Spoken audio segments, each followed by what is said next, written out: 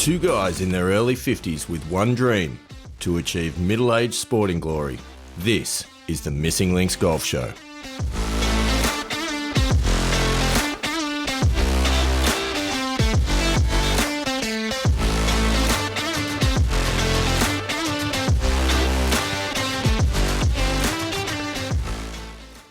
The Missing Links Golf Show. I don't know about you, Andy Walker, but I, for one, am definitely missing the links at the moment.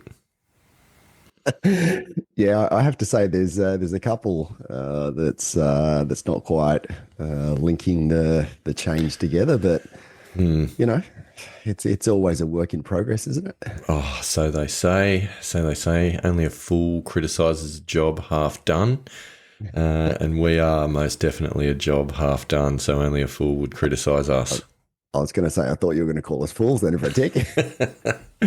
Never would I do such a thing. But you are a little croaky this evening, Andy Walker. Been somewhat under the weather lately, bit of a lurgy. Yeah. Early this week had a bit of a turn for the worse. So even this morning when I woke up, I wasn't actually sure whether I'd make it to the microphone, but you know, here you are. Need to push on, manned up, one foot in front of the other, and crack on. So very good. The world doesn't stop because you've got the man flu. It does not. No, even though it is a very, very serious ailment. So I wish you all the very best. I wish you a speedy recovery on behalf of all the pilgrims.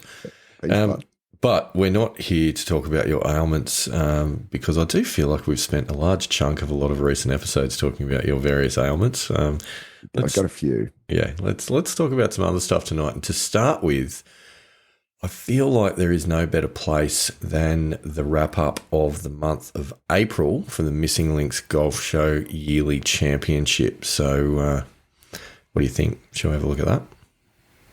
Yeah, let's give that a crack. I know I'm certainly not in the running for any points because you actually have to play golf to be in the running, and that hasn't happened. But but that's okay. It's okay. I mean, look, we need to see what's happening out there in the world of the pilgrims. Let's talk about the people that actually did play golf. So. Look, some pretty good rounds of golf that were sent in, which is good to see from the Pilgrim. So it's always nice to have a bit of a look over some of the scorecards that come our way. And for those of you, if you haven't yet joined the yearly championship, get on board. All you need to do is go to our Facebook page, the Missing Links Golf Show, and then just ask to join our private group, which is called, very creatively, the Missing Links Golf Show podcast, to just have a little bit of a difference between the two. We'll accept the membership, and from there you can pretty easily submit your scorecard. So that's how it all works. It is a lot of fun. We've got pilgrims from around the world that are involved in this competition, so it's good to see, and it's definitely good to see the rounds that come in from all over the place. But this month, Andy Walker in the points, and as a reminder, it is the top 6 scores that earn points. Yep. And it goes from first to sixth, 10, 7, 5, 3, 2, 1 are the points allocations. Yep. So this month, in 6th place, actually there was a count back between 5th and 6th, would you believe? Okay. Yep. 2 players on 33 points. That's still good golf. I mean, 33 points down the, just scraping in to get points. I mean, I know it's competitive. Yeah. That's for 5th and 6th. I'm happy to say that one of these rounds of 33 points was actually played during the Macquarie Cup. Nice. So, yeah. Nice. So okay. I'm going to get in the points, which is exciting. And in 6th place on countback with. What was it? It was 17 of the 33 points on the second nine, because we go by second nine, as is the standard. So in 6th place, earning 1 point to his tally, is Lucas Anderson. So nice. Great work, Lucas. Yeah, nice work.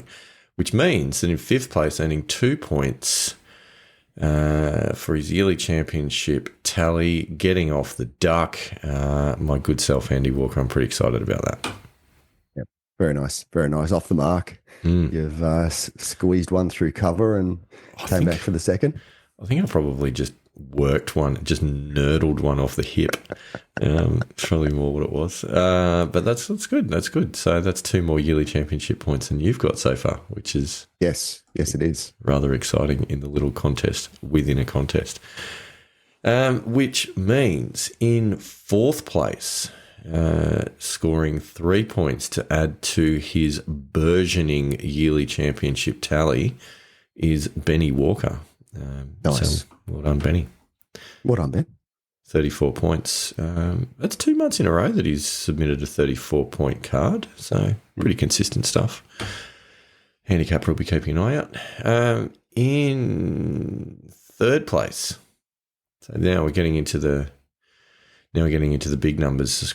So scoring 5 points to the yearly championship tally with a score of 35 Stableford points is Ted from Mollymook. Nice. That's very good. It's pretty handy golf. Yeah. It would have broken his age with 35 points as well, I reckon. I reckon he'd go close, yeah.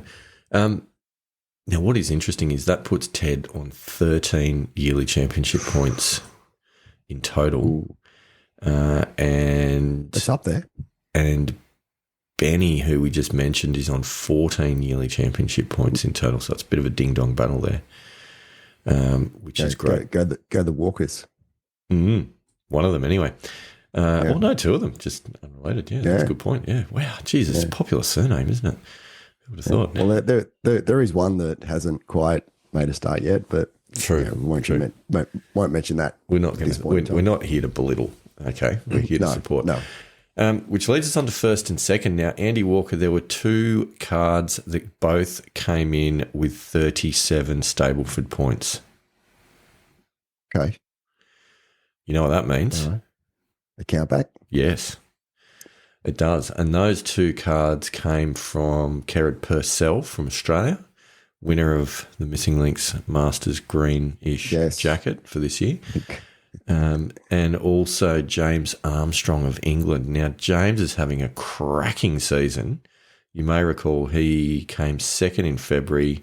He won in March. So he's going to be top 2 again in April. He's dominating. Nice. And if the handicapper doesn't get to him, I have no doubt that Sandy Wedge is certainly going to have a few words to say. But on countback, this was decisive on countback, as a matter of fact, because on back nines, one of the players had 16 points and the other had 22 points. So it was very much a game That's of not 2 even halves. close, really, is it? No. So it was certainly a reversal on that one. So coming 2nd with 7 points to his yearly championship tally is the big fella himself, Kerrod Purcell. So KP, great work. And that actually takes him to 15 points on the yearly championship table. Okay. So he pips both the Walkers on that one, which means that the first person in the history of the Missing Links Golf Show to go, yes, it is the first person to go back-to-back in the history of the Missing Links Golf Show. This is exciting. James Armstrong from the United Kingdom, from England to be precise. Well done, James. Congratulations, Golf Club. Well done. Back-to-back.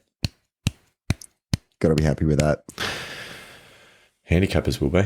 Yes. He's putting together a pretty good season. His 3 cards have been 36 points, 39 points, 37 points. So, there's got to be some sort of handicap review after that, surely. You'd think so. If there's not, then there will be. If you catch my drift. So there you go, ladies and gentlemen. That's the yearly championship update for the month. Good stuff. Good to see plenty of cards still coming in. Good to see a competitive bunch of scores too. Jeez, it is very competitive. You got to shoot pretty close to the number to even get a point in this competition. Yeah. So I mean, 33 points. You've got to get to scrape in on a count back to get points. Right. Yeah, that's right. So there you go. It's exciting stuff. Anyway, on to tonight's topic. Hey, that's what we're here to talk about. So, Pilgrims, you would have guessed by the name of this episode that the reason that we're here tonight is to talk about that age-old balance between work, family, and golf. And probably more specifically about how we balance those things together and how we actually try and scrape out a bit of time for what is, I suppose you could say, in the eyes of many, a bit of a selfish pursuit of spending as many hours as we do on the golf course. And I know we all struggle with it. I know we all kind of go through those battles of feeling either we're not playing enough, we're not practicing enough, and even when we are playing and practicing, we've got those feelings of guilt around not doing all of the other things that we need to be doing in our life. So sometimes it's difficult to focus. And then conversely, you have the other end of the spectrum where whenever you're doing anything else in life, such as being at work and in meetings and other things, you're actually just thinking and daydreaming about being on the golf course. So when are you ever truly present? So I know, Andy Walker, you've had a bit of thinking about this because we've had a few chats over the phone this week, and I'm very interested to get the update from you on where you're at on this little internal battle at the moment. Yeah, and it is. It's been a bit of a battle. Most of the pilgrims would know that I've been working with Paul Salter for a little while now, the last few months, and we've been having these discussions as well around the concept of putting yourself first, right, in regards to self-care. And look, I get the concept, right? I mean, I get that if, you look after yourself, you can turn up as the best version of yourself, which means you're going to get the best out of every situation that you're in. But there's a very fine line, I think, between self-care and being self-serving. I think I would agree with that. There's quite a fine line there. And when you've got competing interests, and, certainly in my business, I've got commitments to clients. I know you've got the same with your work. You've got a lot of commitments. You've got commitments to family. It's hard to put yourself first in line. And I really struggle with that concept. I've got to admit, I've really struggled with it because I grew up in a family retail business. My folks had a small business, and my folks always had the perspective that the customer always comes first, right? You give value, and that value will come back to you in the form, well, not just in monetary form, but in happiness, in loyalty, in having a great business. And they were very, very successful at business, and I've taken that service mentality into my own business, and I guess that's why I've got a successful business, but also life. And I feel like I've got my business success, my family success. It's come through that service mentality, all right, which a lot of the time is not putting yourself first. You a lot of the time with a service mentality, you come down the bottom rung of the ladder. Which has happened a lot through certainly through my business life and family life, and I don't regret that at all. I mean, that's because it certainly my family and my business provide a richness to my life, but that also means I haven't pursued other interests as avidly as what I would have liked to, such as golf. For instance, and I know. I mean, we've had a couple of conversations this week, and I sort of feel as though, just in recent times, I've spiraled a little bit. It's quite interesting because it's almost 12 months of the day since we had that conversation with Josh Nichols from the Mental Golf Show. Is right? it really? Wow. Yeah, and I've, as the pilgrims know, I've had this injury. Which has prevented me from playing golf. I've, as you know, I've had quite a few challenges over the last 6 months with various things in my life not going according to plan.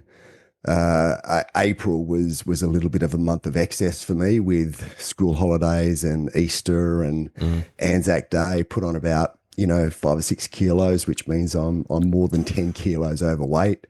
It's So 22 pounds pilgrims in the US. Yeah, yeah, so translate.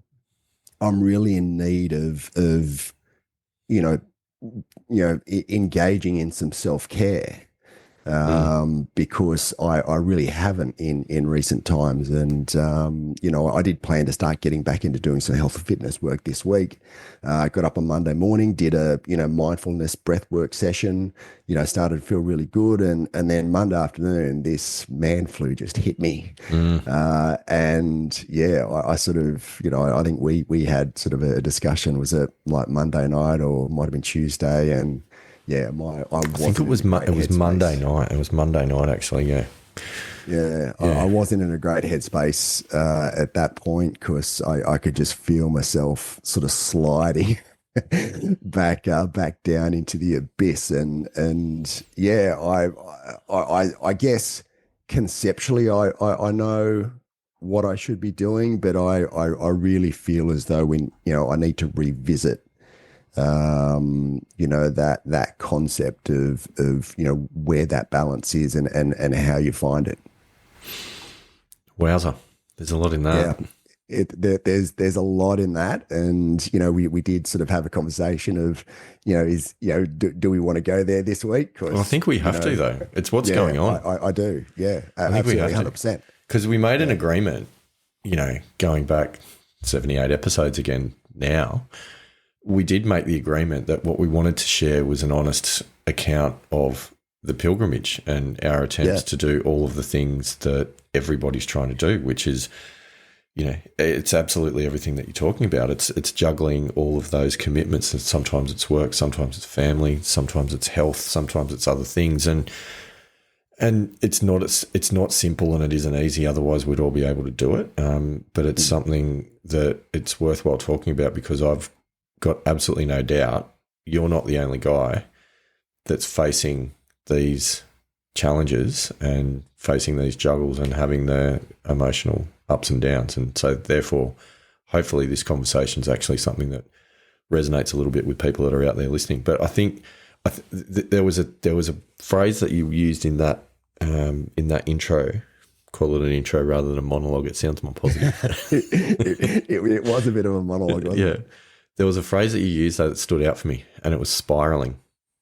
Yeah, It's actually a word, not a phrase. yeah, You talked about spiraling, and that was really interesting because I heard there was a couple of things that I heard today in the course of I was looking up some information actually about putting together a training session in a work situation, which is a little bit relevant to what we're talking about here. There were a few concepts that popped up, and also listening to another podcast in the car as I was driving to and from work. And I know we've talked about this in previous episodes, but it's the the fight or flight mechanism in the brain where the prefrontal cortex shuts down and the reptilian brain Yep. takes over, and you start to Yep. react and you start to get a little bit blinkered with your outlook on things. I think that's been happening, and that sort of inhibits your ability to see solutions and to see ways through this because everything starts to pile up on top of you, and you're getting really caught up in the short term reactionary stuff. yeah. And a lot of it is that's natural. You're right. It's compounding.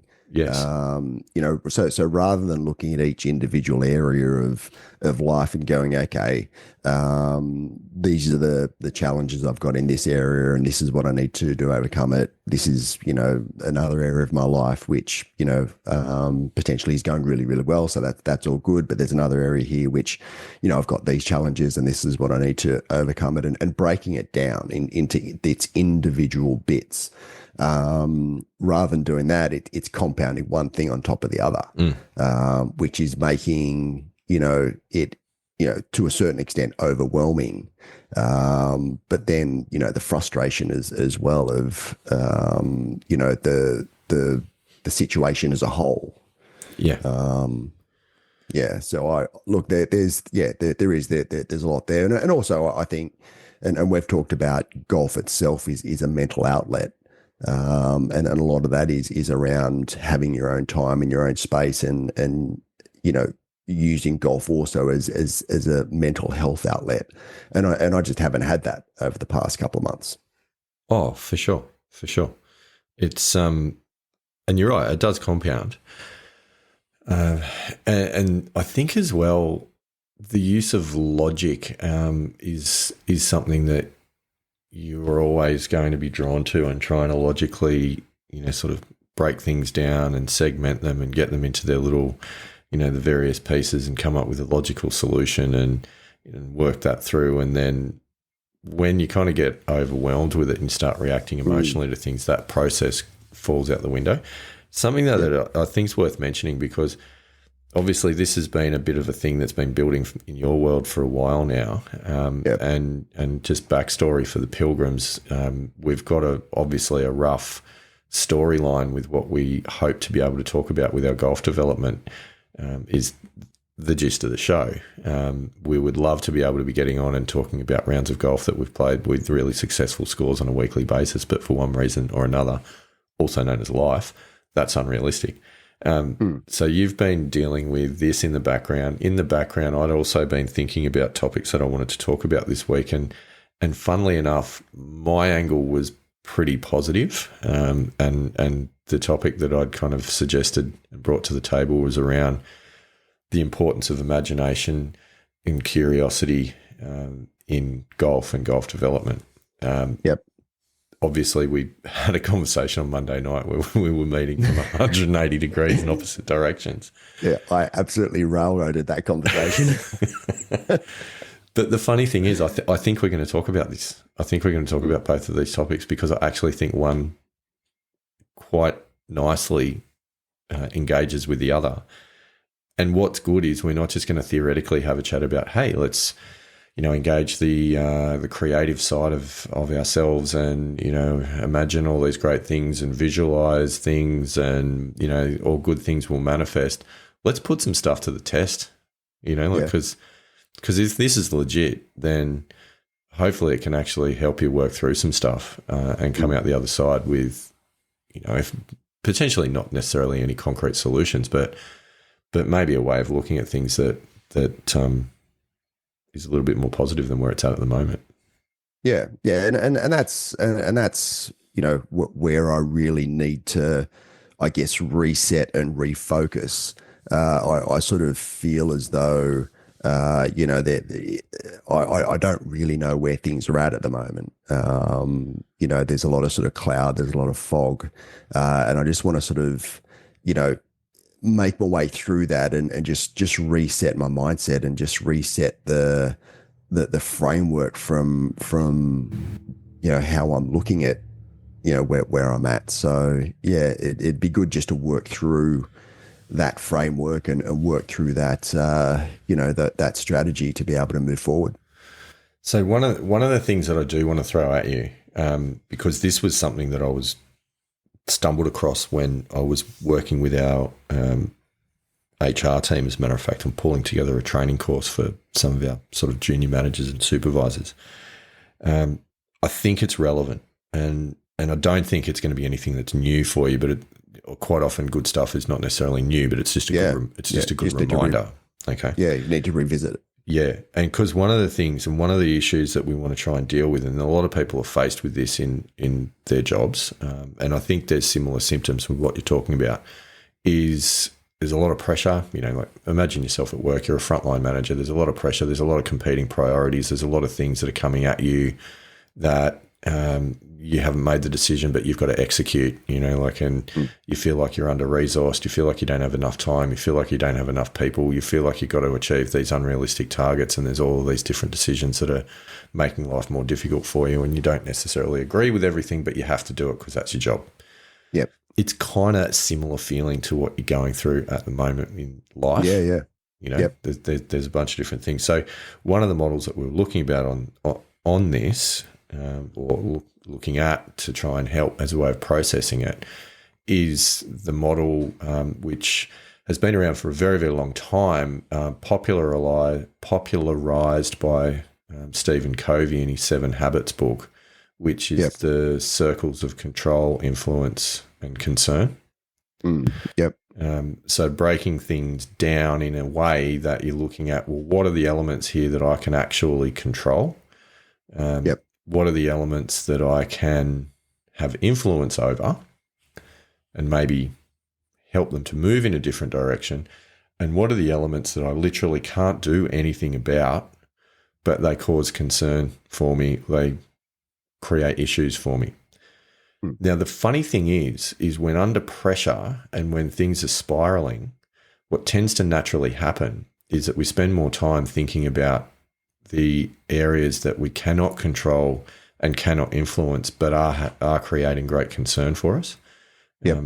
And to a degree, I feel like that is happening for you in your world, because there's a whole bunch of stuff that you're going, I want to do this, I want to do this, I want to do this, but I can't because of blah, blah, and blah, with deadlines and with clients and with, various other things. So that creates stress. And what also happens with that is you actually start disengaging from the stuff that you can control.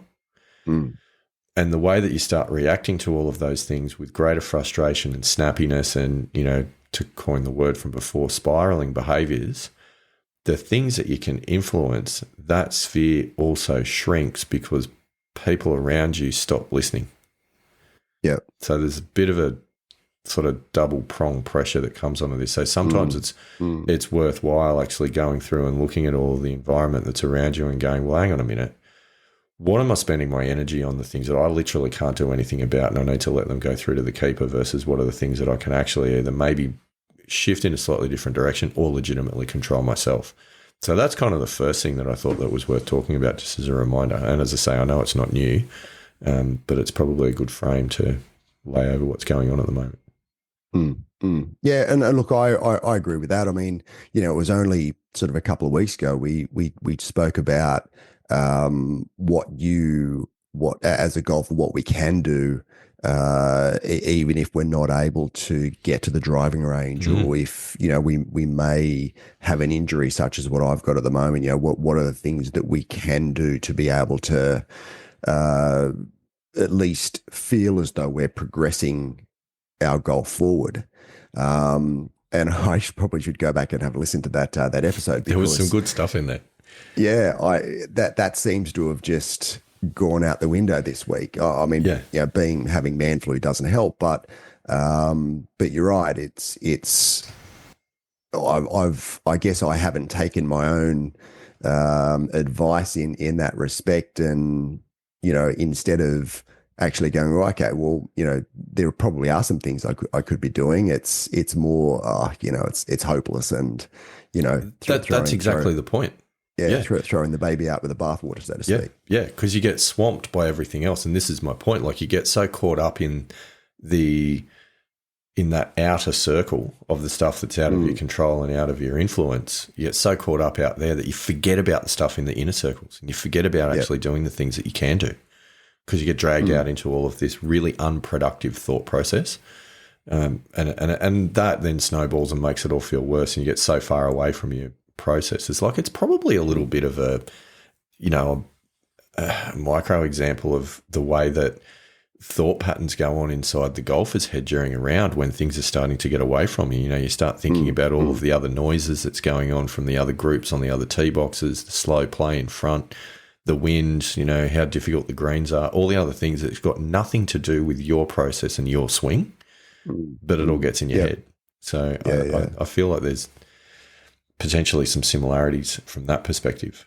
So I do think that's a good exercise, and it's a good way of bringing yourself back and going, hang on a minute, I get that it won't be perfect, right? Like, we don't have the silver bullet, and no amount of positive thinking and no amount of just going, I'm going to look after myself tomorrow, is going to make these pressures go away, because they're real. You've got deadlines to hit. You've got clients to service. That's reality. You've got to do it.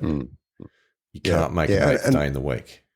No, you can't. And I guess part of that, this week is that, of course, I've had the man flu, and I've still got work to do. I've still got, the deadlines. We've got quarterly BAS that's due for my clients in a couple of weeks. So, and I'm the only one in my business. I don't have staff. It all falls back to me.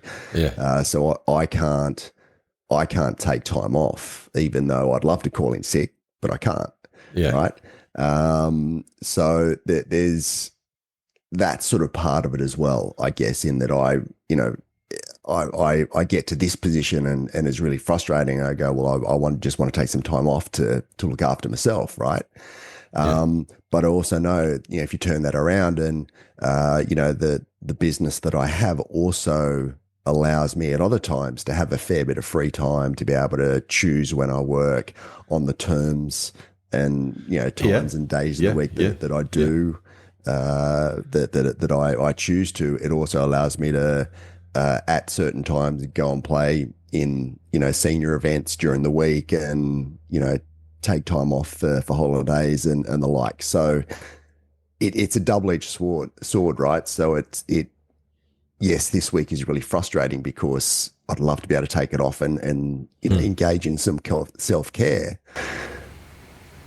but I can't but then there's the other side of the business as well. So, and again, it comes back to what you focus on, in that I'm focused on, what the business doesn't allow me to do, not necessarily what it does allow me to do. I think that's the point. I think that's exactly the point. And you talked about the conversation that we had with Josh Nichols, and Pilgrims. If you haven't listened to that episode, go back and do that. I do think it was a bonus episode. I think it was number 29 from memory. Yeah, we were guests on his show, which was the recording, and he allowed us to gave us permission to release it on our podcast. But it was a great chat. It was a phenomenal chat. Well, it was similar because he was in a situation where he had been. Yeah, it was episode 29. He'd been a dad for, I don't know, a year, 18 months, maybe something like that. Was in the thick of it, right? Like, we've both been there a couple of times. Totally understand that. And, that's one of the hardest periods in life when you've got broken sleep. Both of you as partners are under the pump and under pressure. You got this little person that just needs everything. You still got to provide. And for Josh, we're talking a guy here who is a very elite amateur golfer, came second runner-up in the US Mid-Am, nearly got a spot at the Masters. Like, this is a guy that can get a ball around a course. And has the desire to win the Mid-Am and play in the Masters, right? And this was the whole conundrum of he's got all these responsibilities towards this little human that their very life depends on him.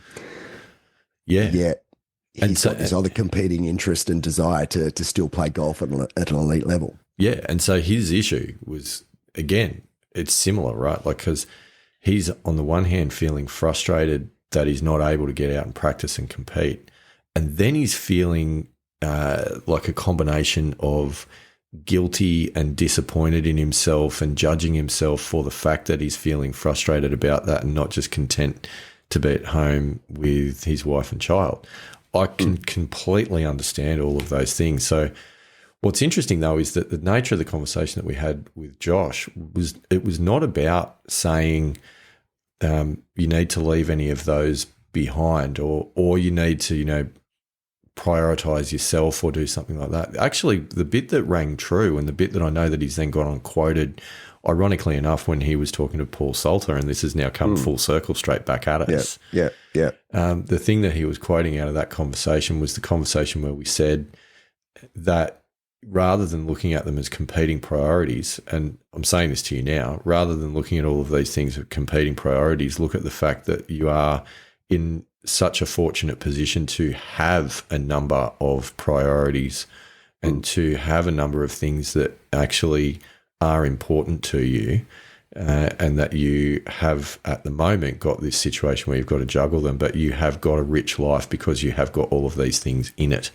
That is an awesome family, a really good job, and this, great interest in what is a fantastically annoying and frustrating game called golf. So I think sometimes reframing that rather than looking at them as competition with each other, but going, from time to time, one of them's going to dominate.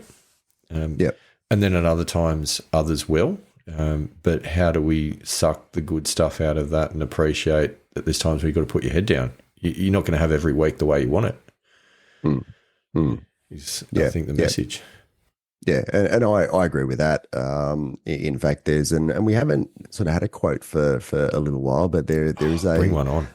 There is a quote that I really like from Michelle Obama, and Wow. that is yeah, On a golf show. and That's awesome. yeah, and that is you can have everything in life, just not all at the same time. Oh, that's a good quote too. Yeah. Yeah. So it's sort of like the seasons, right? You know, there's a time to sow, there's a time to reap. It's that whole concept of, there's a time for everything. And there's a time to lay up, there's a time to go for it. there are lots of times to lay up, and I don't know, as I get older, there's not too many more. There's not many opportunities to go for it anymore. For me, going for it is actually ends up being a layup. But anyway, that's whatever. Yep. So then how do we do that? Like, what's the framework? I mean, I've always been a planner, and I sort of feel as though my plan's sort of gone out the window. In recent times. So how do I get back into that and just building a plan, a framework, a strategy to be able to, to fit everything in, or I shouldn't say fit everything in, but fit things in at the appropriate time, so I can, allocate enough time to each area of my life. Yeah. If we can answer this question, Andy Walker, then we quit our day jobs tomorrow and we bottle this and we sell it. But, it's not an easy process, and there isn't a silver bullet. However, I will say this, and again, listening to what you're talking about there, going, how do I do this? How do I create a plan? How do I, have all of these steps that I can go to that will lead me to where I want to get to? Let's flip it around and let's look at it the other way. And this is this is the bit that I want to talk about: imagination. All right. So imagination is there going to be something for me to do, because I'm a doer. I'm a human doing. I'm not. No, you're a human being. I'm pretty sure we've covered that. We need to get away from being the human doing for a minute. So, okay. But there absolutely is. Now, imagination's a really powerful thing, right? Like, and it's, as I was saying to you earlier in the week when we were having a chat about this topic, and I know that you're dubious, and that's cool. But imagination, it's the visioning process. We have very powerful minds in terms of setting direction, setting a vision that we then move on to and achieve.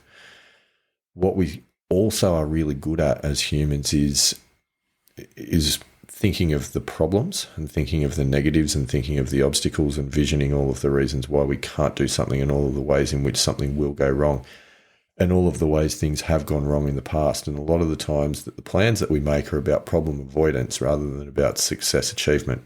So there's that element to it. So there's a little bit of flipping that mindset.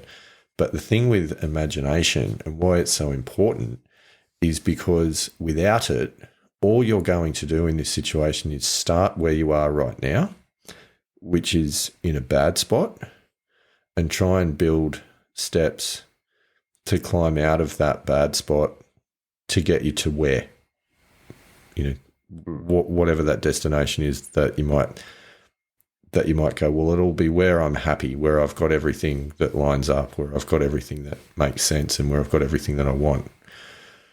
My point with using your imagination is let's actually forget about where you are at the moment and let's go into that.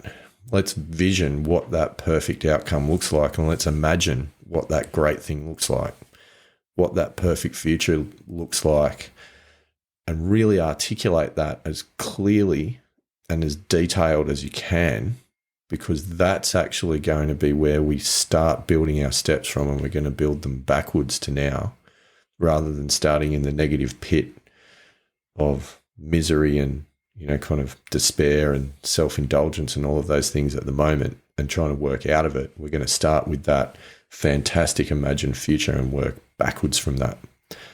People don't do that. It's not a natural process, but it's actually one of the really key elements of genuine innovation and genuine visioning to create the outcomes that you want rather than avoiding the outcomes that you don't want. And there's a very big difference between those two. So you talk, and I know we've covered before the reverse engineering the outcome. I think we talked about that earlier when there was a podcast we did regarding Paul Salter's goal setting episode, I think at the start of the year. And I think we went through that whole sort of reverse engineering the outcome. Is that what you're talking about? It pretty much is, yeah. Like really what we're talking about is rather than starting now where you are and going, here's my problem, and like take problem statements, for example. People use problem statements and they are effective to a point. Like you're taking the problem statement going, here's my issues, I will clearly articulate all of the problems, and then I'm going to build solutions to those problems. And if I follow the solutions to those problems, the problems will diminish or go away, and I'll be in a better space than I am at the moment. Okay, well that makes sense. That's very process driven though, rather 100%, than 100%. being outcome driven. That's right. That's exactly right. So the process is driving the outcome rather than the outcome driving the process. Yeah. So my point though on this is, where are you going to end up? And who's to say that solving today's problems and just making them go away is going to get you to a point where you actually have fewer problems or a better situation? You'll just end up in a place that isn't now. Mm. What we need to do is to figure out what's that destination look like that is what you want. And sometimes it's about actually just engaging with that imagination. And we do it as kids. Like imagination as kids is amazing. You've got kids, I've got kids, you watch them play.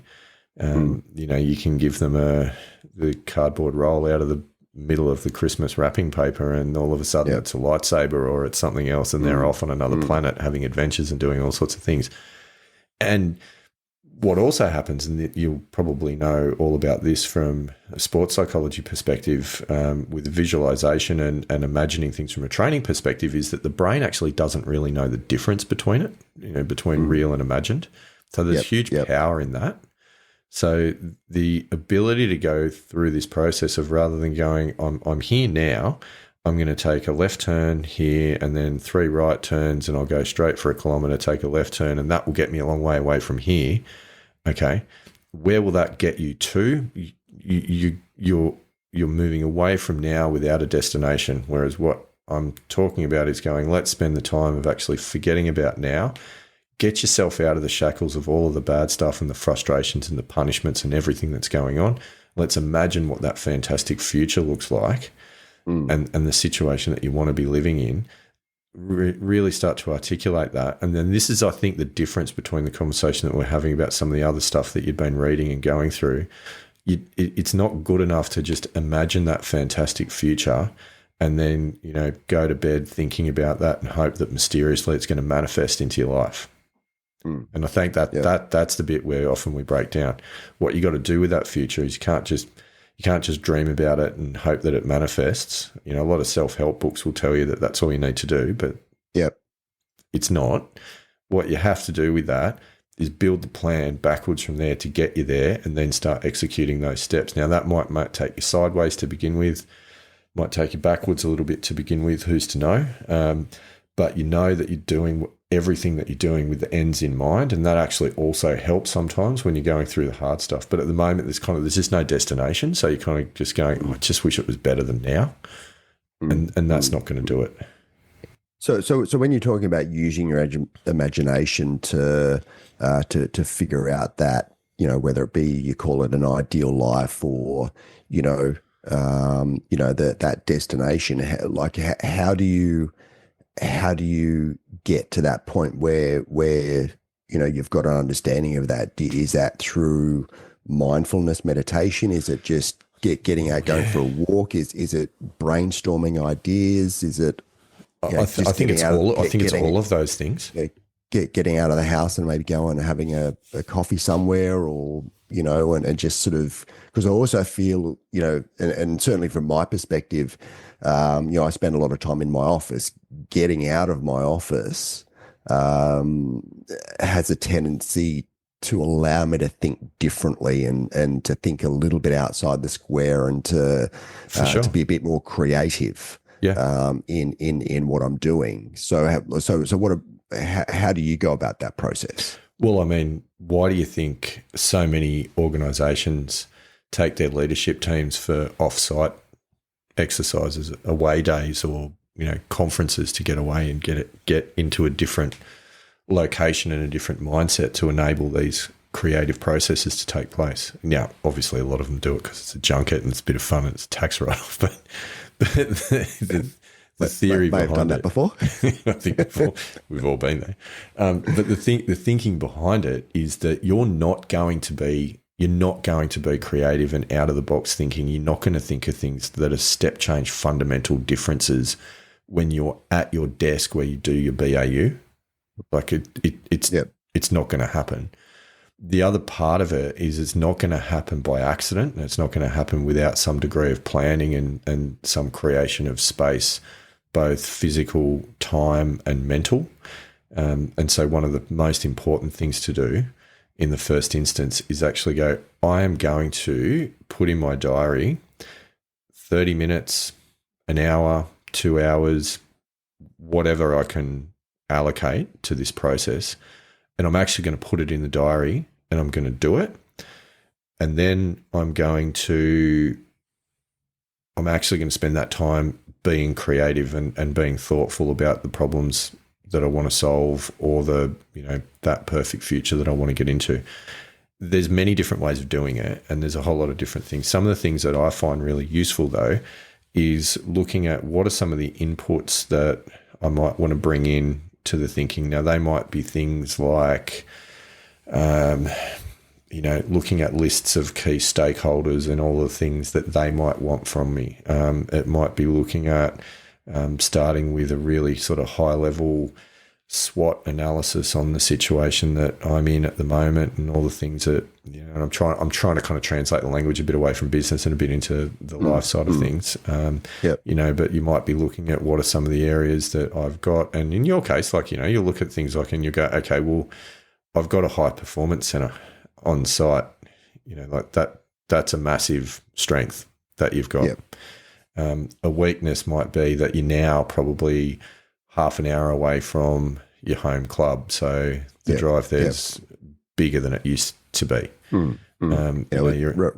than 3 minutes, it's now 30 minutes. Yeah. And like, that's real, right? Like, so there's some of the inputs, and you go, and then that might get you thinking in slightly different ways. And then you kind of take a step back and you go, forgetting everything else, like, what do I really want? And you go, all right, what I really want is to be able to play competition round of golf every week, to be able to practice 3 or 4 times for,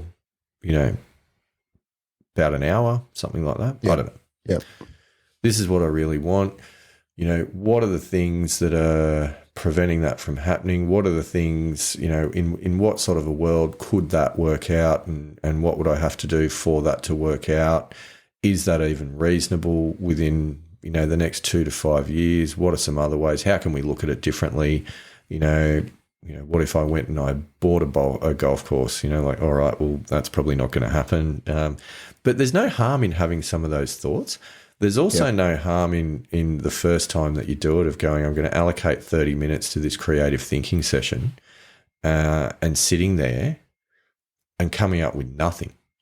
Like, that's not unusual. Yep. But your brain's going to tick away at it and kind of work behind the scenes for you as well. But I think the big thing is creating time. So it's sort of planting that seed, I guess. Even if you don't get anything out of it, you've still planted the seed. Yeah, is that what you're saying? 100%.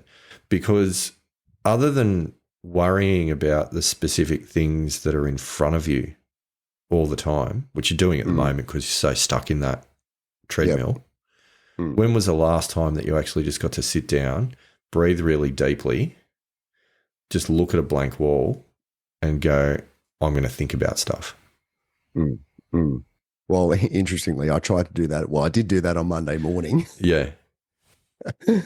because I have recognised that, and certainly health and fitness is got to be a priority for me over the coming months because I feel like rubbish. I do. It's been a long time since I've felt as bad as what I have. So health and fitness, getting back into some sort of health and fitness regime, that's got to be the priority. Well, health and fitness is probably a good place to start as a good basis, if nothing else. So that sounds sensible. Yeah, and then at least if I start on the health and fitness, I can then start to work in some golf improvement processes around that. But I think the basis, and we talked about, at the start, the self care, and if you're showing up as the best version of yourself, then you're giving yourself the best opportunity to be able to perform at your best. So for me, that's you know food, nutrition, and exercise. That's got to be the base. Oh, it does. It really does. And it's, far out. I'm thinking about my own situation and what I need to do from that point of view as well, as I listen to you talk. But look, I guess as well, sometimes self-care is a little bit of just cut yourself some slack too. Like it almost feels like when I listen to you talk about this, that the quest for looking after yourself and, self-care, taking some time out for you, doing some things that help the mental outlook and everything else, almost feels like that's actually stacking on as it feels like another job for you that's adding to the pressure. And yeah, and it does feel like that sometimes. And certainly at the end of March, I think I mentioned earlier on, I just felt really burnt out at the end of March, which is why sort of April then turned into this, month of excess. And I don't think that's the answer either. I think there's got to be some sort of balance there. While you've got to go through, I think, certain times where you just sort of let go and aren't as disciplined and aren't as strict as what you are at other times. My month of April then sort of culminated in me putting on 5 or 6 kilos, which also isn't a great result as well. So surely there's got to be there's got to be an element of, I guess, balance, even when you're just letting go and giving and cutting yourself a little bit of slack. So you can't have excess during that period either. no, and I don't think that's what I mean either.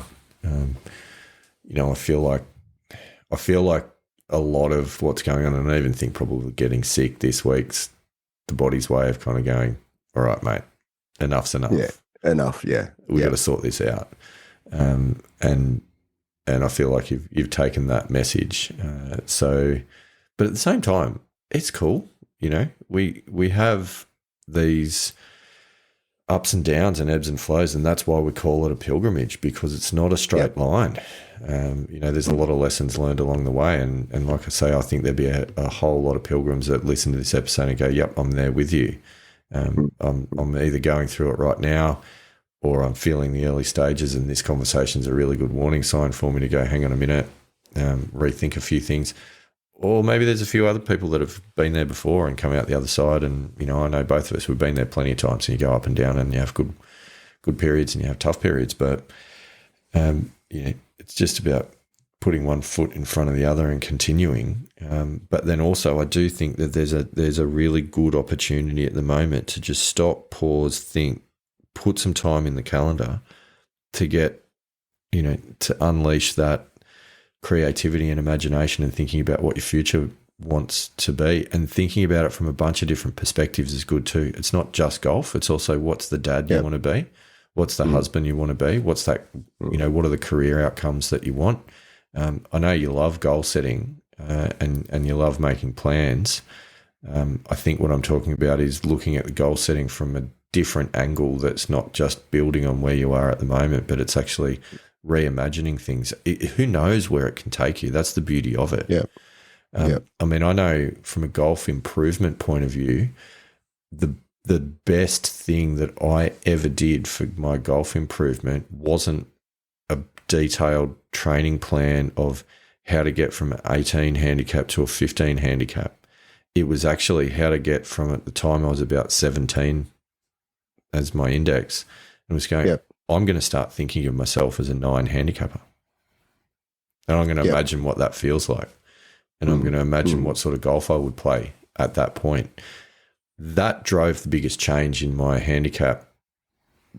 That was the thing that changed the whole paradigm and the way that I approach things, and the improvements then followed because I'd gone there mentally. And you do hear a lot of people talk about this when they get themselves into good situations in tournaments and they haven't visualized or thought about what that might be like, and then they tighten up because it's like, well, hang on a minute, I never thought I'd be 5 under. I maybe thought I might get to 1 or 2 under, but now I'm freaking out. So there is power in doing that. A lot of people just don't ever think beyond what's immediately practically likely rather than what is extraordinary. Small ideas don't inspire people. Big ideas, big thoughts, they inspire people and they drive true step change. And it can be about inspiring yourself as well rather than inspiring other people. But you won't inspire yourself by just having a thought of, I'm going to get a couple of workouts done week on week and drop a couple of kilos. You will inspire yourself by going, this is the vision of me I want to be in the longer term. And I think you were the one that was saying to me a quote along the lines of, I'm trying to remember what it was, but it was to do with, little things that add up that make a massive difference over a year or over 10 years. That compounding effect. That was, and I actually first heard that, and the quote is that most people overestimate what they can do in a year and underestimate what they can do in a decade. That's it. And I first heard that from Anthony Robbins. Yeah. I don't know, it's not just exclusive to him, but yeah, I've always really got that, that concept, because I agree, and I'm guilty of it 100% in that I think in the next 12 months I can do this and I can do that and I can get down to and even I think 12 months ago, when just after I shot that sort of couple under par round, I was sort of thinking, I can get down to +2 and all the rest. And but you can. The thing is, you can. Yeah, and you're right. There's no doubt that I believe that I can get back down into a plus handicap. Can I do it this year with my current circumstances? Maybe not. But over 2 or 3 years, definitely a possibility.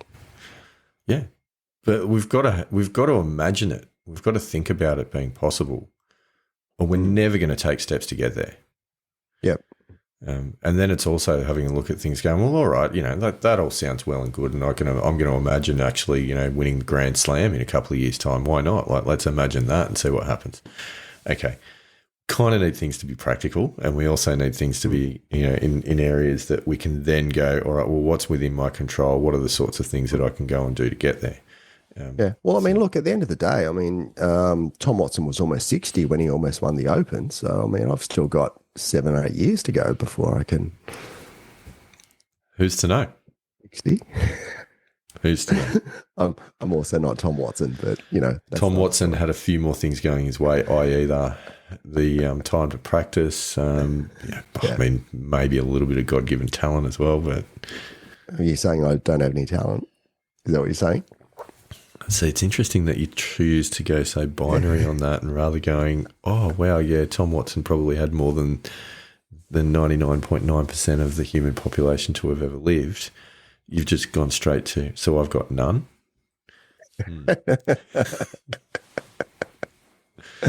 Well, and this is and we've covered this before.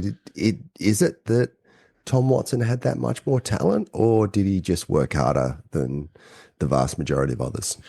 See, talent plays a role at some point. Yeah, yeah. And I understand that. But I also reckon that Tom Watson did his fair share of hard work. There's no doubt. Otherwise, Tom Watson would have been the same as 25,000 other club pros around the place that were really good, natural ball strikers and amazing golfers, and never really made it into the areas that Tom Watson did. So absolutely, he was that mixture of, But he's Teddy won eight majors, I think he won. I'm not sure, but it was like more, five British Opens, and it was more than you and I combined. I think it's 8 more than you and I combined. It's definitely more. So, I don't know. I think there's no silver bullet. It's not easy. It won't ever be perfect. It's life. What do you want to wring out of it? Yeah, and I've always had a pretty good idea of what my ideal life looks like. I've tried to get that down on paper at different stages, but have I ever gone and put together a detailed business plan as such in order to achieve it? Well, probably not as well as what I could have. So that could be a starting point, I guess. I also think just really pull it apart, like that vision that you've got. Spend some time really examining it, because the other thing too, the other questions that I really think are worth asking with that is, you may have already done this, and it may not change anything, right? Like, so I'm not suggesting that it necessarily will, but it's a good exercise to go through, because for a lot of people, you go, well, what's my ideal future look like? And you write it out, you get quite detailed, do all the things that we've been talking about. But then you also look at it and you go, so whose is this? Are these actually my dreams, desires, and goals? Or are they ones that I feel like I should have? Yeah. Because of societal expectations, family expectations, whatever you think it will, whatever the other drivers might be that are influencing. And sometimes, if you're really honest with yourself, sometimes they are actually somebody else's. I'd hope to think now that you're the other side of 50 that they're probably yours. But it is always really interesting thing to do is actually examine that. You go, this is what I think I really want. Is that what I really want, or is that what I think I'm supposed to really want?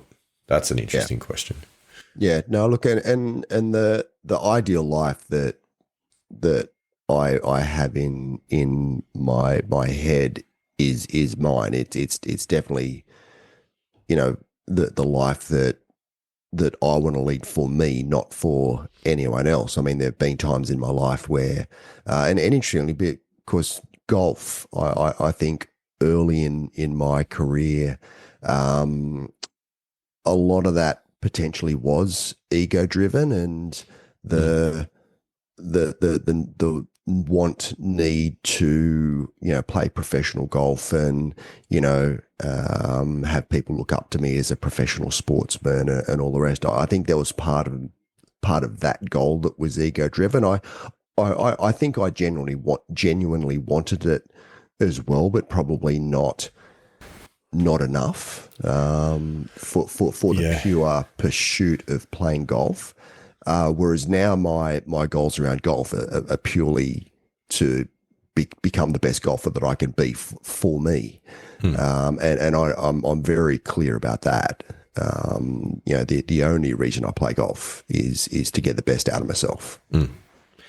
Yeah, and I think at this stage of life, it's a bit easier to be clearer on that. And I, to be honest with you, I think when I look back at cricket playing days, the reason that I didn't succeed beyond, sort of club level, the reason that I didn't succeed is because I didn't love the graft. You know, Mm. I like the idea of it, and I think I was pursuing that sport because I had shown an ability in it at a young age. It was the sport my dad played and played to a high level. So it was kind of, I think, probably more of an expectation that I was living up to rather than something that I genuinely wanted to do. Don't get me wrong, I had a great time and I really enjoyed cricket playing days. But I think if I look back, if it was really something that was in being internally driven, my training habits and preparation habits would have been vastly different to what they were, and therefore my successes probably would have been vastly different to what it was. And I absolutely 100% align with that, because there were many times that, you know, I was drinking at a bar when I had an early tea time when I should have been in bed watching the back of my eyelids, and that says to me that I just, you know, that grind of you know, the day to day, week to week, professional, you know, elite sportsman life. I just didn't want it enough. That wasn't something that that was I was doing for me as an internal driver. Whereas, as I said, now golf is completely different. It's the only reason I'm doing it is to get the best out of myself. Yeah. And it's funny, you know, like and this is probably more relevant when you talk, like when we talk to our kids in years to come. But when you go, why do you want to do this? You know, like, why do you want to pursue this? Is your vision of a successful future in this? Are you imagining the moments when you're standing up, having won the tournament, hoisting the trophy? Or is your vision of the future in this when you're standing alone on the practice tee, you know, grinding out a swing move? Because if it's the latter, you're going to succeed. If it's the former, you're not going to withstand the bumps in the road. So, like, that's, I don't know. Anyway, we're a bit off topic, but that's. I mean, look, I had a combination of that, because I used to love the, you know, the solitude of being on the driving range and, you know, working on the swing. But yeah, there was also other parts of it which were a bit more ego driven and pride driven. Yeah, which is probably why you're still playing though, and still wanting to do the best you can at the age of 62.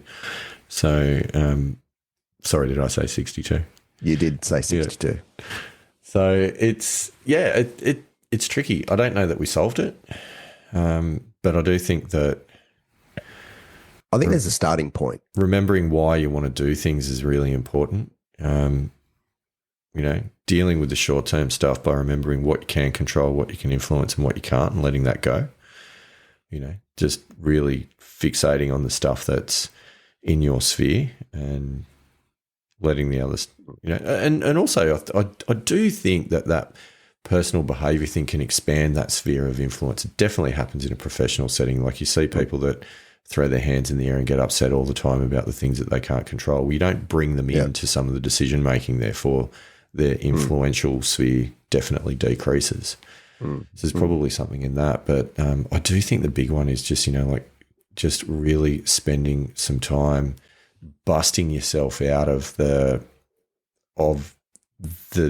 shrinking mindset that comes on through pressure that you're in right now, and putting the time in the diary to actually sit there and just ideate for half an hour and just think about stuff and see what comes out and see where it leads you. You might not get anywhere quickly, but I promise you will start to build a vision for the future at some point. It might take you into directions that you just otherwise would never have even thought of.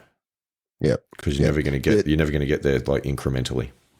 Yeah. The other thing that that Paul said to me actually this morning, I had a hypno session with him this morning, and he said that, you know, you look back over the last 6 months and it's been challenging, but, you know, you've got through it. You've met these challenges head on. You haven't shirked away from them.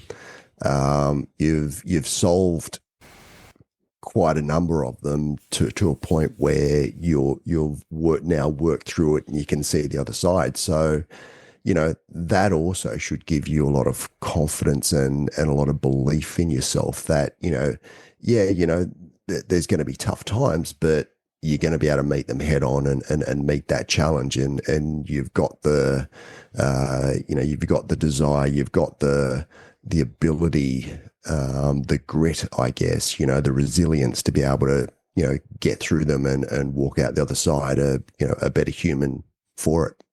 Oh, mate, it's a good point. How many tough times have you had in your life? More than one? Yeah. Well, yeah, like more than one. So yeah. And each time. How many times have you got through it? Well, I'm still here, aren't I? There you go. It's good to remember. It's a good point. Yeah. So there's a number of things that I can take away from tonight's chat for the conversations I've had this week with a couple of different people that I've got in my life that I can lean on and trust. So yeah, it's been really good. It's been helpful. Well, Pilgrims, there you have it. Hopefully it has been helpful, not just to Andy Walker and by proxy to me, because I feel like quite often when I am asked to give any advice to anyone, I'm talking to myself more than anyone else. Is the way of things. But we'd love to hear any other ideas as well, how people balance the juggle, because it's always a juggle. Yeah, it is. It's always a juggle. And it's a massive juggle, and it's a challenge sometimes, but I think that it's a worthy pursuit. So can you juggle, actually, speaking of which? I can juggle 2 balls. It's not really juggling. No. I did teach myself to juggle 3 balls. The interesting thing about 3 balls, when you're juggling 3 balls, and let this one sink in, at any one time, you've got a ball in each hand and 2 balls in the air. Okay. We'll let you ruminate on that one until next week. Okay. I'm going to have a think about that, because that logically makes no sense at all. Makes no sense at all. Yeah, it is actually how it works. So anyhow, on that note, there's no better way to finish an episode, I think, than that.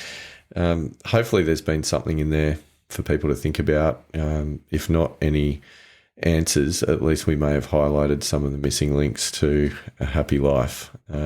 Yes. Definitely, Pilgrims, definitely the battle that we continuously fight. There's no doubting that. Yep. No doubting that at all. So, I don't know, any final thoughts, Andy Walker, before we wrap up? How are we feeling now out of 10 compared to where we started? Oh, look, I'm feeling like I can get out there and make at least make a good start and to put a framework in place to move forward and to certainly get out of the spiral, which is sort of, as we sort of covered earlier on, it's where I felt like I was going. So I feel like I've had the reminder, we've revisited it, and I can get back out there and onwards and upwards. Nice. That's all we ask, Pilgrims. That's all we ask. And whilst we're doing that, anything else we should do? I think there's only one thing left. That is to rock out, Pilgrims.